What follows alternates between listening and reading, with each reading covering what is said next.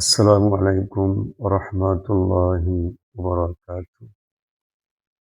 তামাম বিশ্বের মুসলমান ভাই বোনেরা, আপনারা অবশ্যই মাহে রমজান রোজা করতেছেন। তো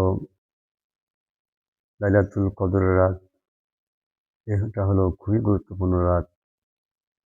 অর্থাৎ রাসূলুল্লাহ সাল্লাল্লাহু আলাইহি ওয়াসাল্লাম বলেছেন যে এই রাত থেকে বঞ্চিত হলো, সে সব কিছু থেকে বঞ্চিত হলো। আর হতভাগ্য ছাড়া কেউ এ রাত থেকে বঞ্চিত হয় না। তাই যারা হতভাগ্য তারা সেওটা দিনই হতভাগ্যই থাকে। অথচ কোরআনে এসেছে মানুষের ভাগ্যকে খুলে দেওয়ার জন্য। তাহা মা আনজালনা আলাইকাল কুরআনা লিতাশকা। ও নবী, আমি আপনার উপর কোরআন নাযিল করেছি এজন্য যাতে আপনি ভাগ্যহত না হন।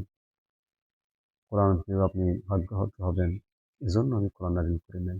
কোরআন নাযিল করেছি তামাম বিশ্ব মানুষের ভাগ্যের উন্নয়নের জন্য। তাই এই কদরের রাত্রে কোরআন নাযিল হয়েছে। কি জন্য নাযিল হয়েছে? মানুষের ভাগ্যের উন্নয়নের জন্য। আসুন আমরা ভাগ্যটাকে বদলাই কোরআন দিয়ে, দেশটাকে বদলাই, রাষ্ট্রকে বদলাই।